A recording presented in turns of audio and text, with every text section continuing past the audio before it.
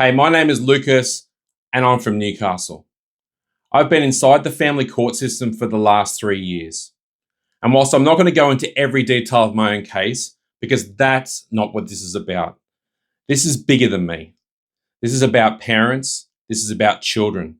It's about families being destroyed by a system that takes too long, refuses to properly test evidence, and then acts like the damage that caused by that delay is the way things are now. I did everything that I was told to do. I complied with all the orders. I followed the process and I waited. I trusted the system. And in the end, I got fucked.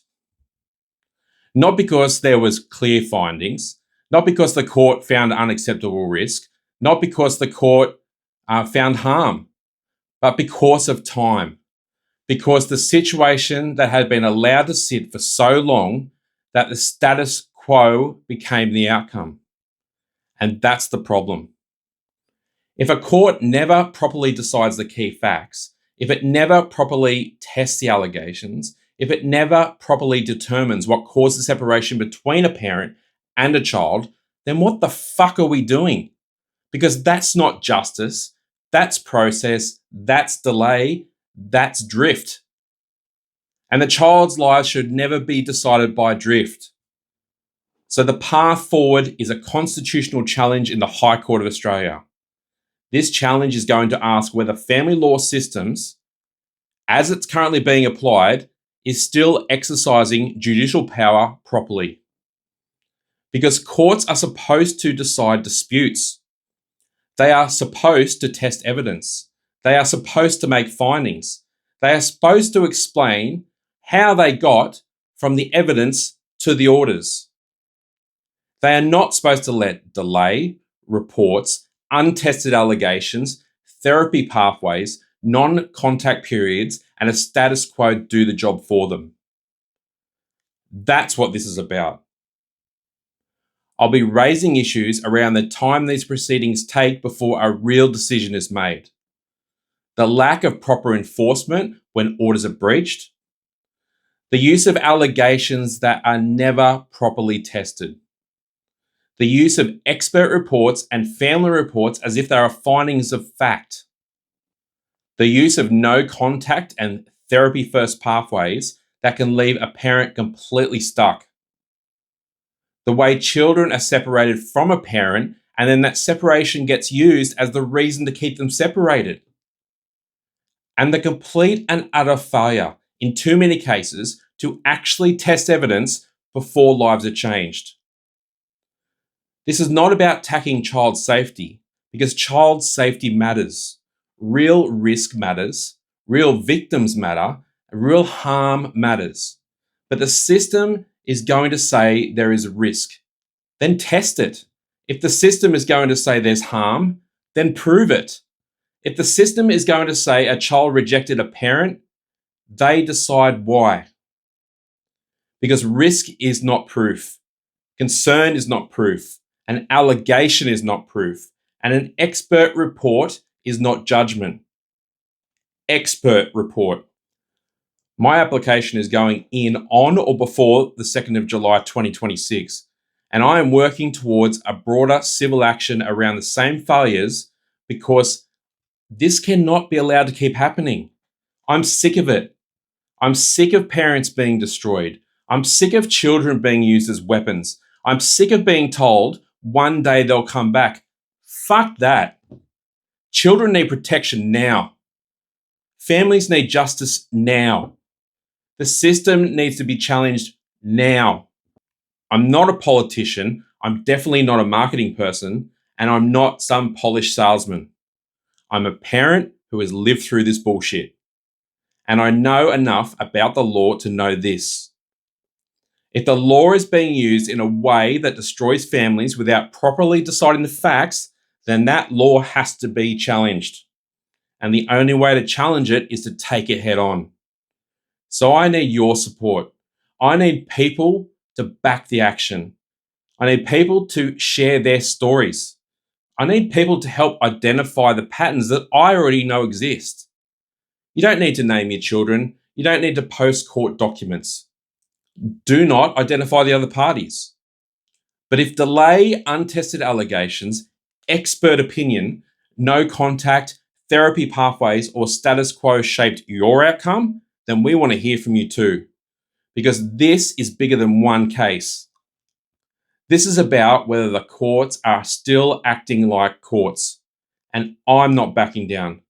Not until my children are safe, not until other children are safe, and not until the system is forced to answer the question, can process replace justice?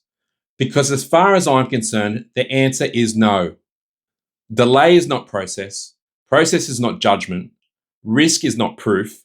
And the court must still act like a court. So what are the main issues? Courts that don't actually decide the key facts. They allow the process to become the outcome. Delay replaces decision making. Status quo replaces adjudication. The case was managed but not properly determined.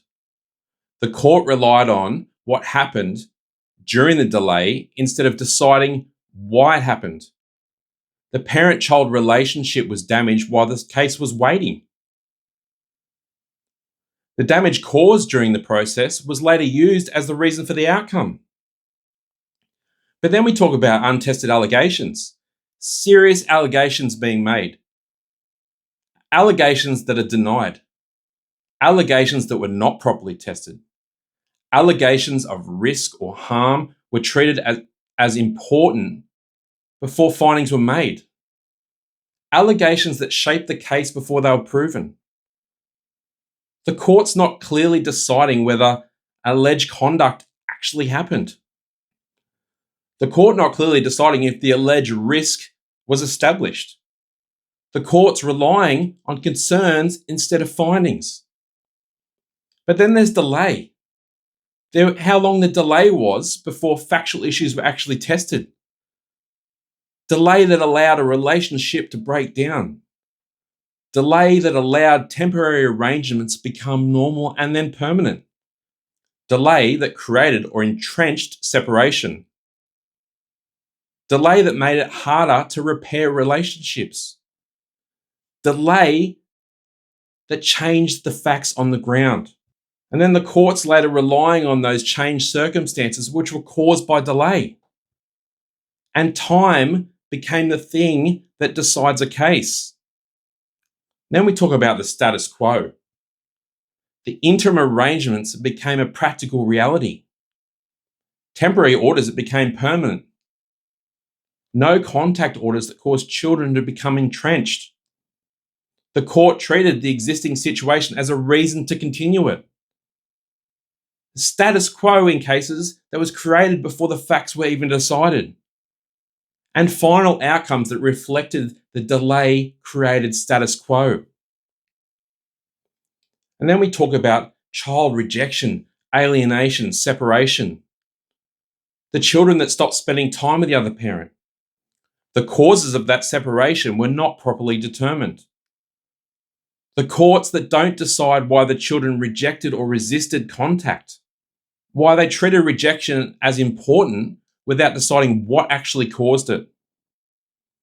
The courts that don't decide whether the rejection was caused by delay or whether the rejection was caused by influence or whether it was caused by the court-ordered separation. And courts that rely on fact of rejection without deciding its cause. Then we talk about the harm to everyone, the parent, the children. It's all occurred during the process, the source of that harm, and when it doesn't get properly determined. And then the courts don't decide who caused the harm, because sometimes, and a lot of the time, it's the court and the process, and that harm is treated as a given, that it's just part of the deal. Harm that was used to justify further restrictions, and a system that allows harm to develop and then relies on that harm. The courts that don't separate actual risk from court-created damage. These are the reasons why this case is happening. These are the reasons this case is happening. These are the reasons that the system needs to change. And sitting back and whinging and complaining about the changes occurring and not occurring and the system's fucked doesn't change anything. But we're not done. Because then we look at the therapy first pathways, so they call it. The system has been created in a way that therapy becomes the pathway back to children. Reunification therapy became a gateway to a contact point.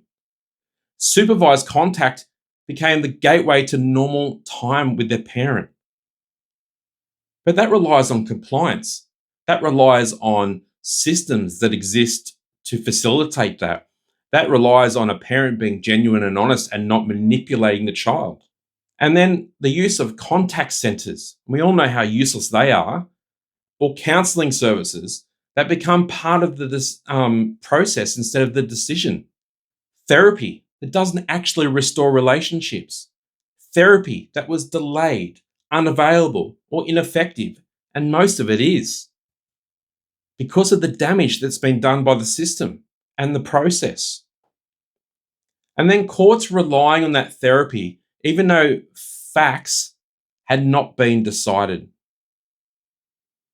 The parents being left waiting for a process that doesn't fix the problem. And then we look at no contact periods. What a fucking joke they are. I don't know who came up with this stupid scenario because there's no therapy or no science to back it. Periods of no contact ordered by a court. Periods of no meaningful contact. No video calls, no phone calls, no contact. Complete separation, which has caused damage. And those non-contact periods that become part of the reason for a final outcome. The court doesn't properly account for the damage that's caused by no contact. And the court allows this separation and the children to become entrenched because the children have to. They have to survive. And the only way they can survive is by connecting and entrenching themselves with the parent that has them all the time, who's filling their little heads with ideas. The court allows that. And then we talk about expert evidence. Many cases, not all, rely on expert opinion.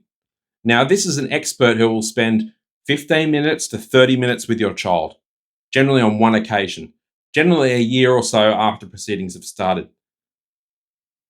It's that person's responsibility as a so-called expert, I'm going to keep doing that because that's what I think of them, to make findings on the feelings and the situation and the other parent based on what they're told by the child. They interview one parent, they interview the other parent, they interview the children. Sometimes they interview the children with a parent. And this so-called expert is supposed to determine the future of the children based on that short interaction. Because that is how much weight these so-called experts are given in family court. They can be a social worker who goes and does a 4-day online course to become an expert. They can be a psychologist, but their job is to forensically analyze all available information. And I can tell you right now, based on the hundreds of conversations I've had with parents who have done these interviews, they're biased. The people doing these interviews have no lived experience, or the experience they do have is extremely one-sided. And the thing is, these experts have relied on disputed assumptions. Their reasonings don't get fully exposed. Their opinion becomes more powerful than the tested evidence. Doesn't matter how much you present. And the reports and the expert opinion quite often determines the outcome, the position of the judge, the orders. Then there's the problems with evidence. Important evidence that gets ignored or not properly addressed. Neutral witnesses that aren't properly dealt with, documents, messages, records, and other material that aren't properly considered. Evidence supporting less restricted options is quite often ignored. And the court does not explain on many occasions why that evidence did not change the outcome. The courts don't explain a clear path from the evidence to the orders. And quite often, when it comes to the reasons and the judgments, the reasons do not clearly answer the key questions. They do not outline or identify the findings of fact. The reasons do not clearly decide causation. The reasons often use risk language without clear factual findings. The reasons sometimes don't explain how the evidence led to the outcome. And the reasons don't show a rational path of reasoning. They're called reasons. They should have reasoning. And the reasoning does not resolve the real controversy. Then we talk about risk versus proof. Because risk is treated as enough. Concern is treated as enough. Possibilities treated as enough. And the courts make final or long-term orders without deciding what actually happened. Protective reasoning replaces factual findings. The court relies on unresolved risk rather than proven facts. And risk that was decided, but what might happen, not actually what happened. And then we talk about the best interests of the children. Fuck me sideways. Best interests of the children can't be understated enough. The court's number one goal is to act in the best interest of the children. Now, I don't know about you, but in many cases I've seen, including my own, that didn't happen. What they did is act in the best interest of the other parent. Best interest terms which are used without deciding what caused the harm. Best interests that were assessed against the circumstances that created the delay.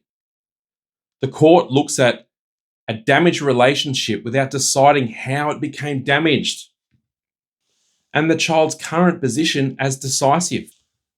Then the process has created a reality which is then used in the best interests analysis. Best interests become disconnected from fact finding. But then what is the best interest of the children? I know it says it on the website. I know it says it in legislation. Here's a bunch of things. But what is it measured against? What is the determination level? If this one is more serious than this one, there is no comparison. There is no lawful definition, analysis, and measurement of what's in the best interest of the children. And then we talk about enforcement or compliance. And anyone that's been through the system knows that this is a massive issue. Because orders don't get followed, contact doesn't occur, supervised visitation doesn't occur, and when it does, it's restricted or it's manipulated or it's influenced by the other parent who stands over the child when it's happening, especially on phone calls and video calls, and the court does nothing. Therapy or reunification that doesn't progress, as I said, phone or video calls that just don't happen, always some excuse the child's sick or they don't want to talk to you. Non-compliance that isn't dealt with by the courts. The courts don't deal with their own orders. And enforcement that just doesn't restore a relationship. A lack of enforcement that causes the damage to continue. And the failure to enforce becomes part of the problem. But then there's like improper and disputed material that gets relied on, that's obtained illegally and may be used to hurt or harm the other parent. Recordings and private conversations that have influenced the case, that go against the Evidence Act. The courts don't explain why the material should be admitted or relied on. Prejudicial value, probative value. That's how they measure it. And the problem then is that information is then given to these so-called experts which is quite often disputed at this stage and untested, where they make their decisions based on that tainted material that may have affected their opinions. But then we talk about disclosure issues. Because family law material that doesn't get disclosed properly, family material that may have been provided to third parties, disclosure that may have affected a later case, the legality and the effect of disclosure that doesn't get properly resolved. The rules exist for a reason, but the rules are not complied with because relaxed evidence rules allow for untested material to get in too much. Case management may reduce proper testing of evidence, special pathways that have caused delay. The process is prioritized in risk management rather than determination. And the court process is allowed serious harm issues to occur unresolved. The constitutional issues are that the court must decide disputes. The court must find facts. The courts must apply the law to these facts. The courts must rely on evidence capable of supporting the outcome. The courts must give reasons that show the path to reasoning. Courts cannot let delay decide a case. Courts cannot let process replace judgment. Courts cannot rely on harm without deciding the cause. Courts cannot use expert evidence as a substitute for adjudication. And the issue is whether judicial power is actually exercised at all. Because delay is not justice. Process is not judgment. Risk is not proof. An expert report is not a finding of fact. No contact is not neutral. Temporary should not become permanent by delay. Best interests require facts. And courts must decide, not drift. Because children's futures should not be decided by status quo. Harm should not be used without the court first asking who or what caused it. And a court must act in the best interest of the children. So if this message hits home, I need your support. This is going to take time. It's going to take pressure, legal work, filing costs, and a hell of a lot of public attention. I'm not backed by government. I'm not backed by a system. I'm backed by people who have had enough. Parents in the same situation who have been broken, who are desperate, who are sick and tired of losing friends, losing family, and seeing children's lives being destroyed. So if you can support us, get in contact. We've got a GoFundMe page, which you can look at. Please do if you can. If you can't donate, that's okay. Share the page. If you've been through something similar, visit our website and tell your story, kilo4delta.com.au. Because you can back the action, you can follow the challenge, and help us force the system to answer the question, can process replace justice? Because I can tell you right now, I'm not fucking backing down.